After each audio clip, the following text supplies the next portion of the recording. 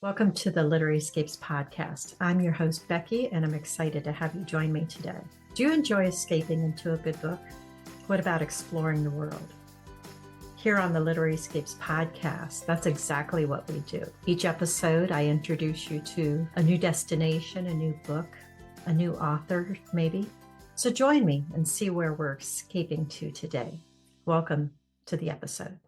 So, welcome to the Literary Escapes podcast. We are wrapping up February. We spent the month in Greece in our book club, and our book of the month this month was Taking Her to Mykonos with author Julie Sneed Womack. And we have Julie with us today. Welcome, Julie. Thanks so much for having me. I am so happy to have you and to talk about this book. It was so fun to take this trip through Europe and explore so much of what I saw back when I was in my 20s and to relive that. Me too. Yeah. So it was a lot of fun. I'm so glad. And we'll get into all of that in just a minute. But I'm curious, how did you become an author? It's been many decades in the making. I've always loved writing, always loved reading and English and creative writing since I was a kid. I did theater in high school, which contributed just to my dramatic way of thinking. And nice. then I actually majored in screenwriting in college. And so I wanted to write movies. And so my foundation is in screenwriting, which helps me a lot as a novelist because I really feel like I try to write it so you can see it. I feel like even though I'm writing a novel, I'm kind of seeing it as a movie. Yeah. In a sense. Yeah. So I did screenwriting and film production and editing and all the film classes in college. Did some internships, and that all kind of started guiding me into film production. So I did that a little bit after college, and then suddenly I came to a crossroads, and I went back to school and became a teacher. For first graders and preschoolers. Bless you. And I always kind of had stories in my mind, nonetheless, dabbled in screenwriting. But it wasn't until I became a stay-at-home mom and I had a baby. Needed that something didn't to talk do. to me. I needed a creative outlet. And that's really when I dove back in. And so at that point, I was still doing the screenwriting, trying to get screenplays out there, and screenwriting just wasn't working out for me. Okay. So eventually I, out of necessity, thought maybe I'll try writing a book. Maybe that'll be different. And so I took an idea that had been in my mind for years, and started writing my first novel, Tea with Isabel, as a novel instead of as a screenplay, as I always thought I would. Worked on that for quite a while because when it's your first book, you don't know when it's, or I'll say I didn't know when it was done. Right. When do I stop editing? What's the finish line? Right. And then when I felt like, okay, I feel like this is perfect. Do I look for a publisher? Do I try to get self-published? Yeah. And I just happened to have a friend who was a fellow preschool mom, and she had self-published. So cool. She taught me everything she knew. So I feel like this has it's all evolved different than I thought it would be. Different than I planned. But I love self-publishing. I love writing books. I think I'm a lot better at it than I am at writing screenplays. I think just having more room for character development and description, I enjoy that. Yeah. And that's awesome. Yeah. So I guess what's different between like screenwriting and novel writing? Screenwriting, there's a lot left out because there's not room for it. All the You know, internal stuff, right? yes, there's probably a lot for the actor to interpret and develop in Right. the character. And there just isn't room for all of those words in a screenplay. It has to be tight. It has to be Yeah. very well thought out. So novels have more room for just saying a lot more Well, and and you're a lot not more seeing it on the backstory. screen and seeing facial expressions. So you have to give the reader all of that and all the Exactly. things that are going through their brain. That's the thing I like about books better than movies, TV shows. You get what's in their head. Mm-hmm. Because unless on the screen, unless they tell you or tell, you don't know what's going through their head. So Right. yeah, that's awesome. So Tea with Isabel was your first one. Yes. I And have my so tell books me, right here for visuals. that is so pretty. I love that cover. Yeah. Thank you. Nice. And I was listening to another interview you did, and Isabel was your grandmother. She was. Yeah. And so, Yes. So this is there I really love female relationships in my books. The theme of friendship is always there. That one of the main relationships in Tea with Isabel was Nina, the main character, and her grandma. And then nice. there was also friends and mother-daughter stuff and a strained relationship between her and her husband. So it's my books are definitely more character driven, focusing on relationships. Right, right. And it's actually set in Oklahoma, in the town that I live in. Oh, that's so fun. Yes. So the main character is an LA girl like myself who, Oh, who moved to Oklahoma for love. that's so fun. Yeah, like myself. And so, were you living in Oklahoma when you wrote the book? I wasn't.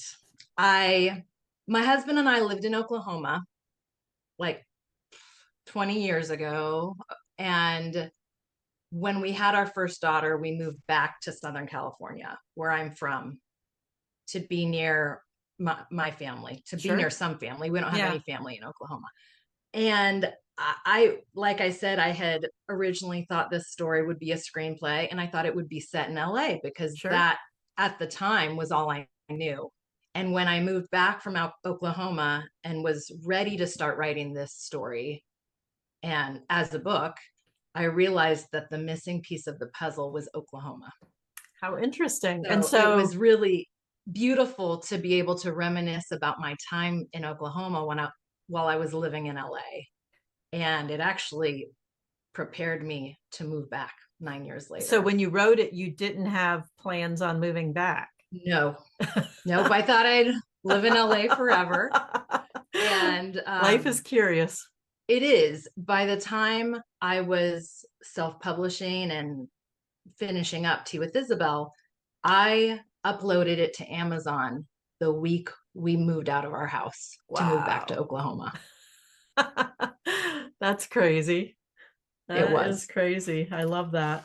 So, taking her to Mykonos, how did that story come to you?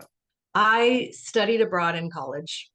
So when you were Nice. talking about, yeah, your 20s, mine too. I was in Rome for 5 weeks during a summer program. Okay. And so my heart is in Italy. I love Italy so much. And so even though taking her to Mykonos is set in 6 countries, ending up on the island of Mykonos, um, it was really special to write several scenes in Rome.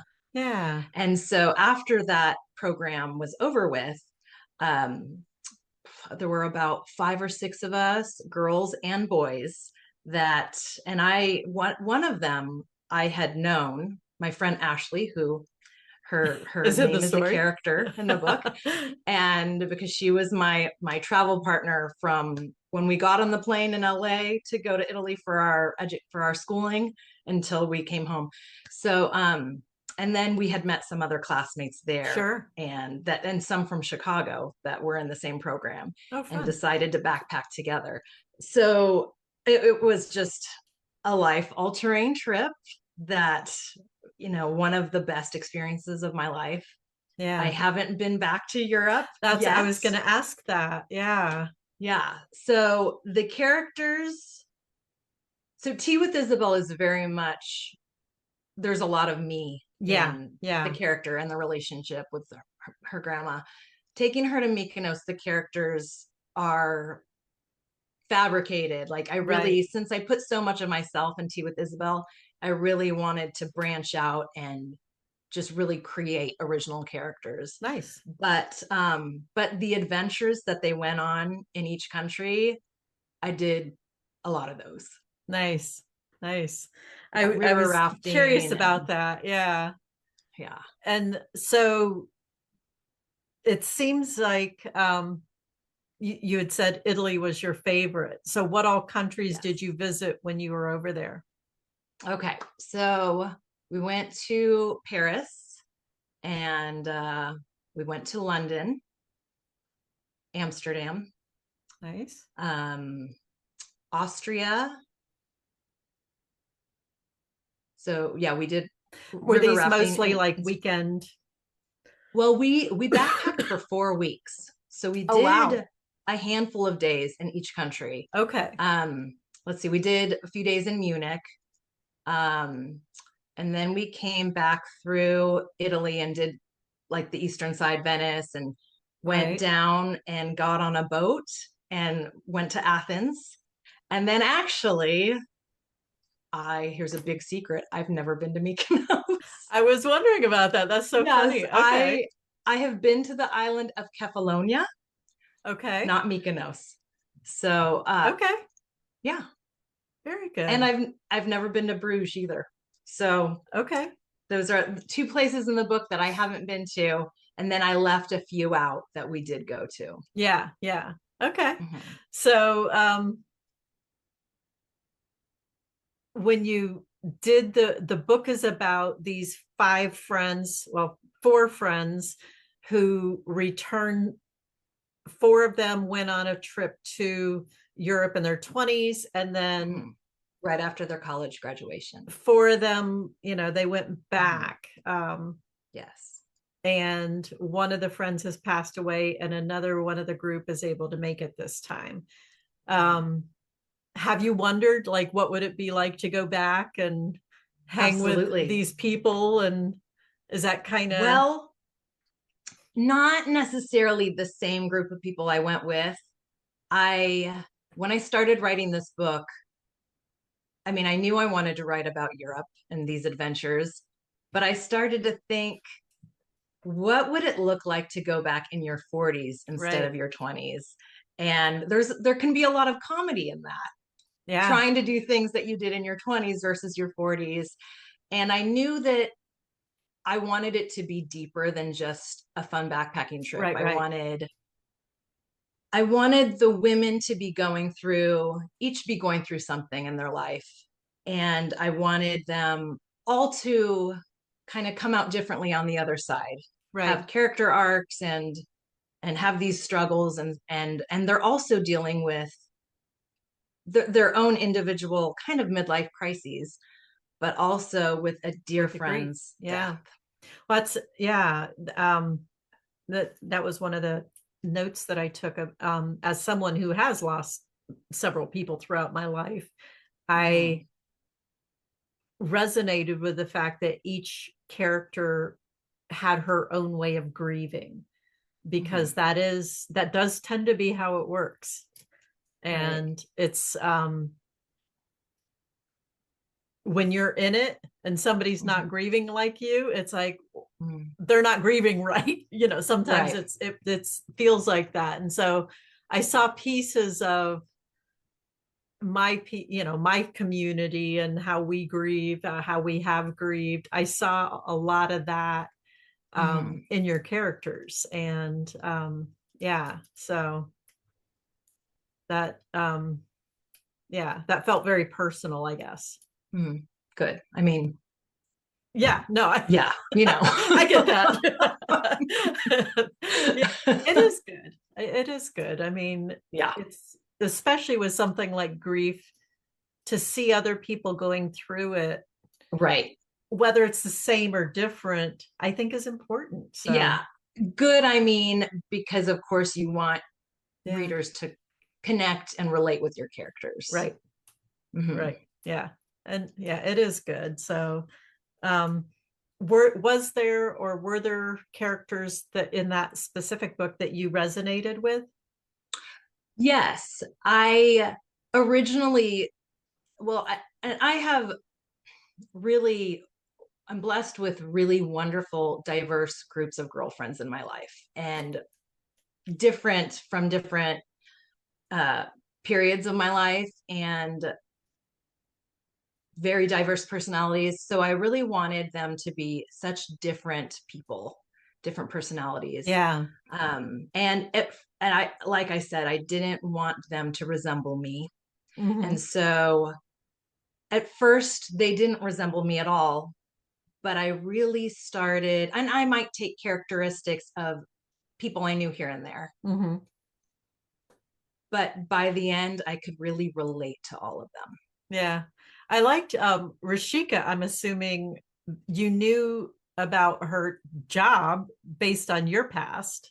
Mm-hmm. And so that's kind of cool. It's Yes, that's true. stuck that in And there. the funny thing is, I feel like she might be the personality that is most different from me, but she was definitely the most fun to write. Yeah.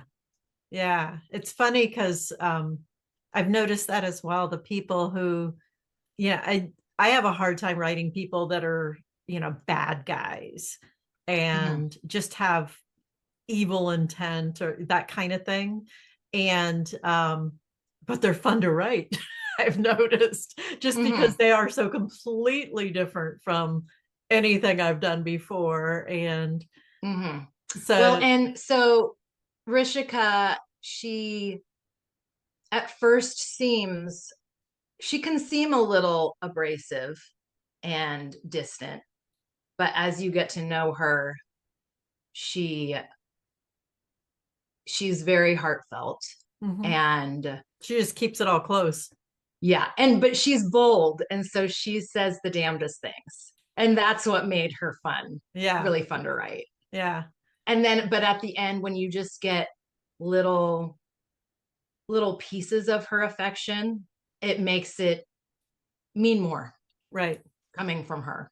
Yeah. I Yeah, I like that.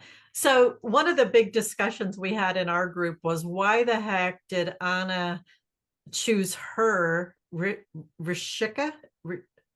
How do you um how do you say her well name? you can say it Rishika or Rishika. Okay, Yeah, yeah. Rishika.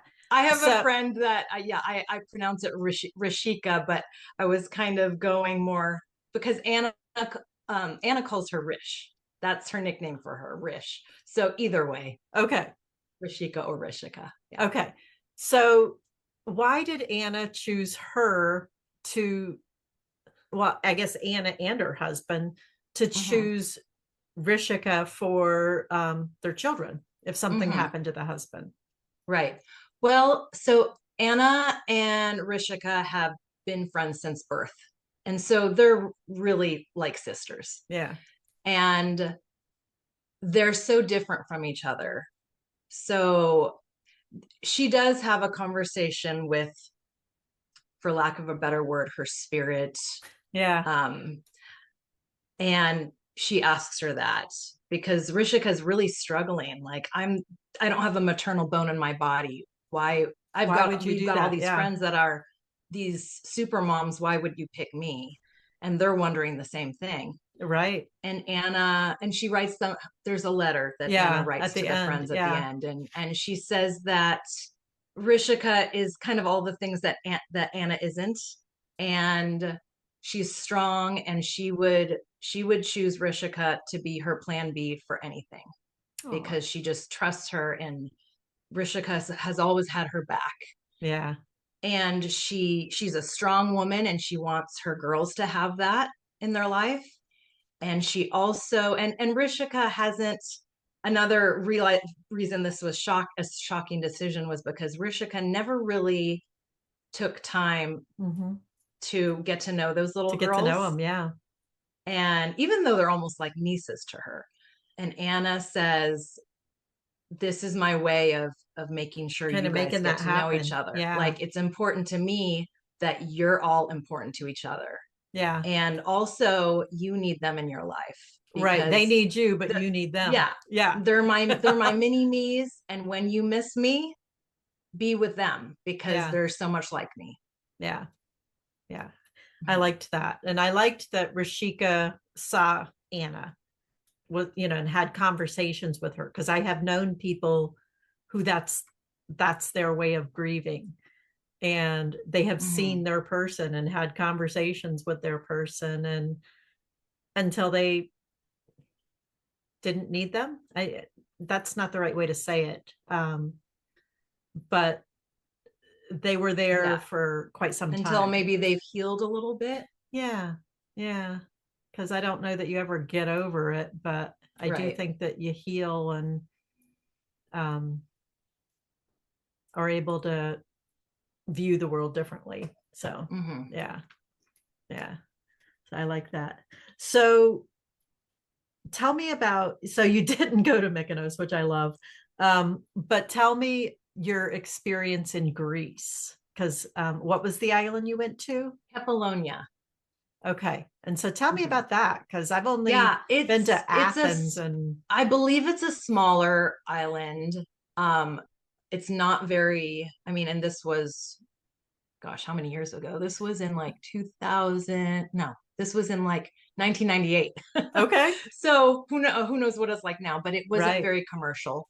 It wasn't very touristy. Nice. Um, I was there with Ashley, who was my sorority sister. And then we met another sorority sister there Oh, because fun. she was there with her family. She was Greek and was there with her family. Oh, wow. So yeah. Small world. Um, well, we were on the beach. We ate really well. We went to bars at night. We danced on a few tables. That's And fun. it was the actually, just like in this story, it was the last destination on our trip. It was Okay. the tail end. So by then we'd done all the sightseeing. We were Yeah. just laying on a beach Laying on and a beach felt pretty good by then. yeah, Yeah. drinking those frappes and Yeah. eating wonderful Greek food. Did um did it look like what you picture Mykonos to be? No, I mean, I would say a little bit different. The country, the terrain, I guess, is probably similar in vegetation and Right, right. um it I don't recall that it had, the whitewashed buildings Yeah, yeah. synonymous with With Mykonos. Greece. Yeah. Yeah. Um but I did a lot of online research. Sure, sure. Isn't that a beautiful So thing that we can do that? it is. Man, technology. Yeah. And yeah, it is great because I literally found, okay, the names of the beaches on Mykonos. Which beach are they going to scatter her Yeah, ashes? what they look Yeah. like. Yeah, I like that. If you were to go back, where would you want to go? I love Italy so much. Um, Yeah. and it was funny because I've always felt Italian at heart since that trip. And it was really funny because maybe like 10 years ago at the Thanksgiving table, my mom revealed her 23andMe findings. And she said, "Oh, we're a little bit Italian." And I was like, "I Of knew it. course. I knew it." So a little bit Greek. So yeah, it Okay. was exciting to discover that. But yes, I would love to spend more time in Italy. And I would like to. There's a cooking show I watch on like a public access channel Hmm. that's Greek.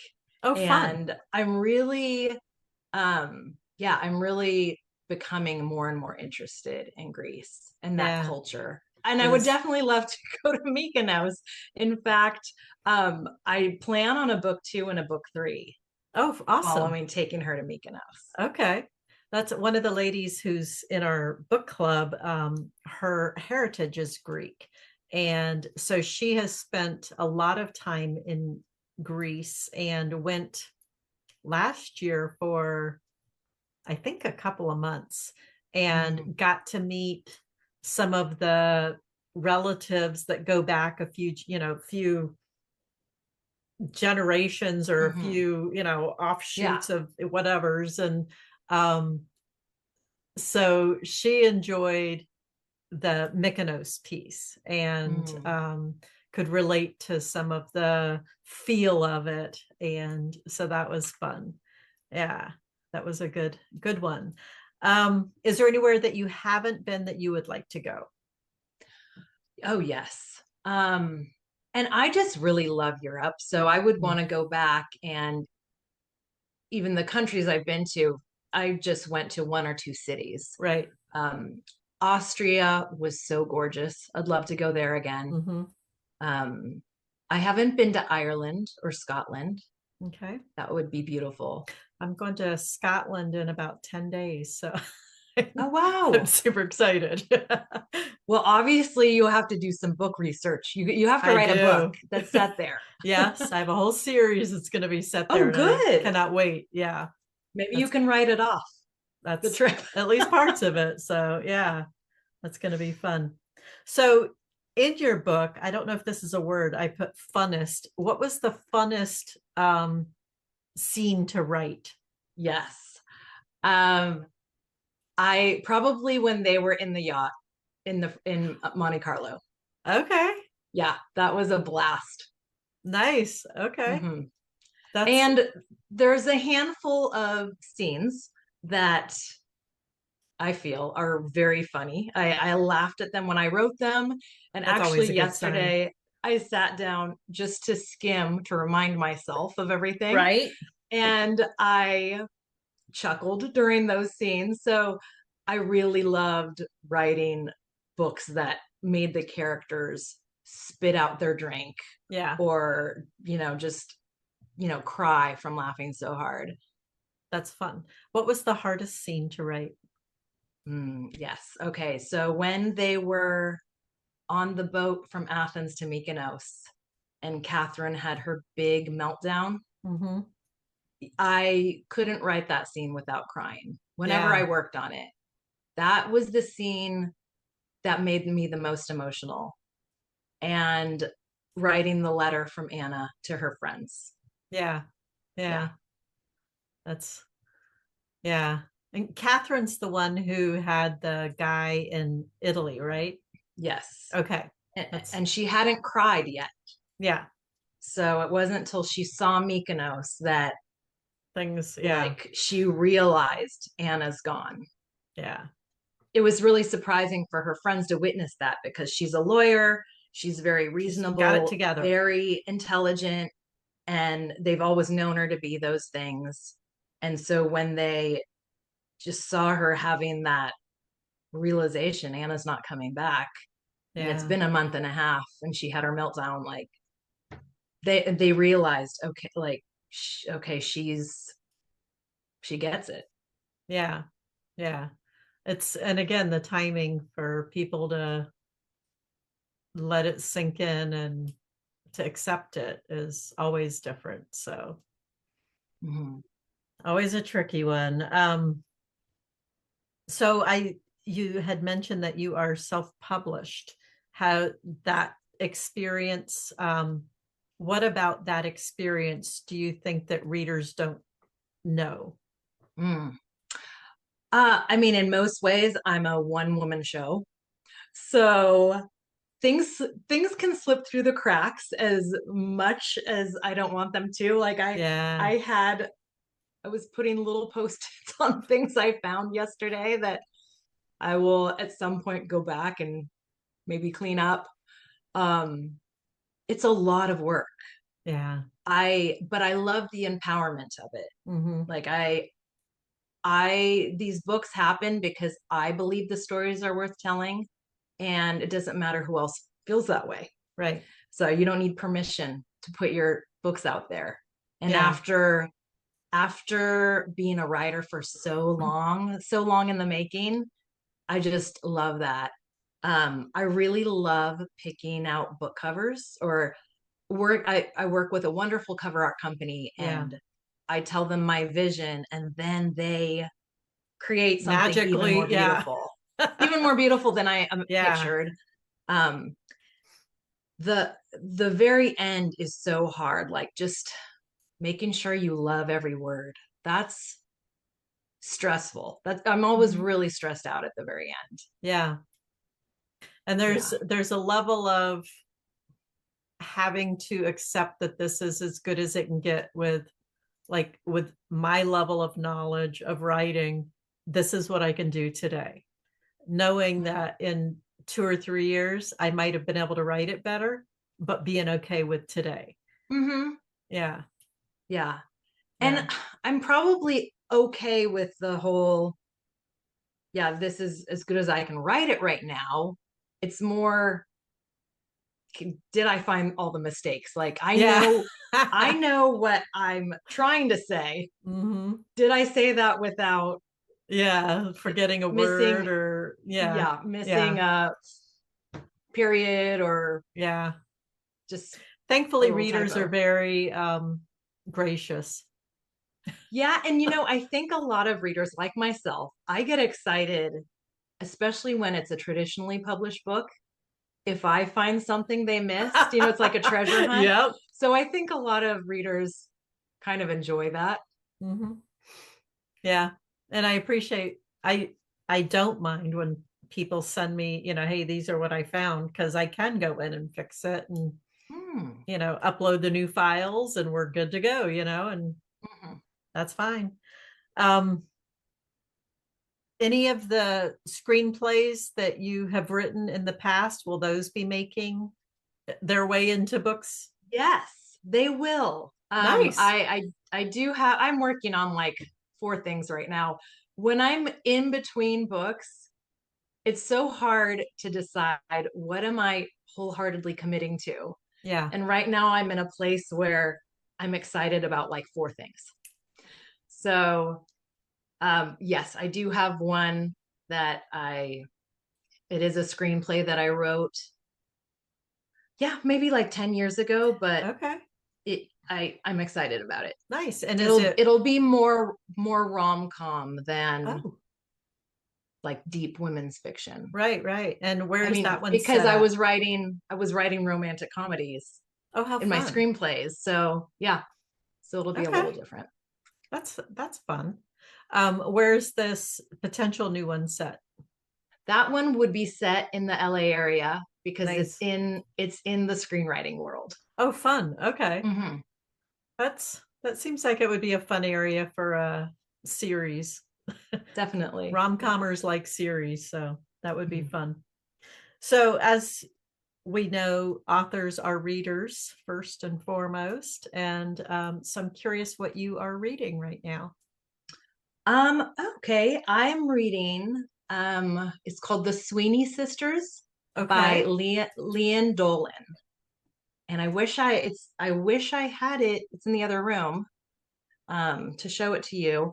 But this author, she lives in Pasadena, which is right next to my hometown Yeah. in the in California. Yeah. And the first book she wrote is fantastic. It's called Helen of Pasadena, like a play on Helen of Troy. Okay.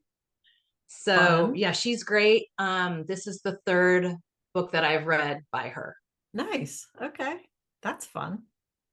And Very I good. feel like the genres we write in are fairly close. Yeah.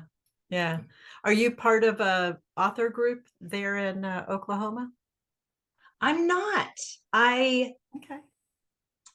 I want to do little, right, like I have found a few on Facebook, but I haven't gotten myself Yeah. to Starbucks or wherever they're having a meeting to Right, do that right. yet. Yeah. Okay. Yeah, just writing is a solitary endeavor for the most part. And so just curious. It's always interesting how different authors handle that. So, Hmm. No, yeah. I would love that. I have two teenagers. Most of the time I feel like I'm more mom than author, which maybe is why Sure. it takes me That's so part of the long gig. Yeah. to get these books out. Yeah. And then I actually have in the last few years started writing people's memoirs. Oh, So very soon I'll be starting someone else's memoir. okay. Mhm. Is it like a ghostwriting thing? Is that how that works? Or does it come out under your name or theirs? Yes and no. It's kind of like ghostwriting, but I do put my name on it. Okay. Mhm. Interesting. That would be really interesting. So it's their point of view. Okay. Yeah, but I don't want it to be a secret that I spent all this time Well, sure. Yeah. working on. Thank you very much. Yeah. Awesome. You're writing a memoir right now and potentially one of that rom-com. Is that I'm about to start another memoir like next week. okay? Yeah. Nice. Mhm. Very good. Yeah. So Very good. it has been nice to like just focus on my fiction. I finished one in October. And so I've had this little bubble of just focusing on my fiction, which has been really nice. That is nice. Yeah. It's always good when you can do that.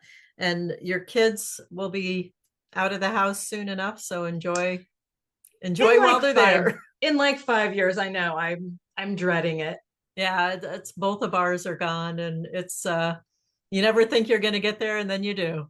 And so, I mean, I guess I'll just write a lot more, which that will be great. Yeah, but yeah, I don't look forward to that. But it's nice because you'll have a base of books already, a library already that you've written during this busy time, and that's pretty awesome. Thank you. So thank you for joining us today. This was so much fun to talk to you. My pleasure. Have a great rest of your day. Thanks for joining me today on the Literary Escapes podcast. If you enjoy reading your way around the world like I do, I'd like to extend an invitation for you to join me in the Literary Escapes Book Club. Each month, I offer up a new destination, 2 books that we'll read together, and then the author will join us of one of the books. So if that is something that sounds exciting to you and you'd like to be in a community that reads together, then check out the show notes. I'll have a link in there for the Literary Escapes Book Club. Until I see you again, have a great week, and I will talk to you again soon. Happy reading.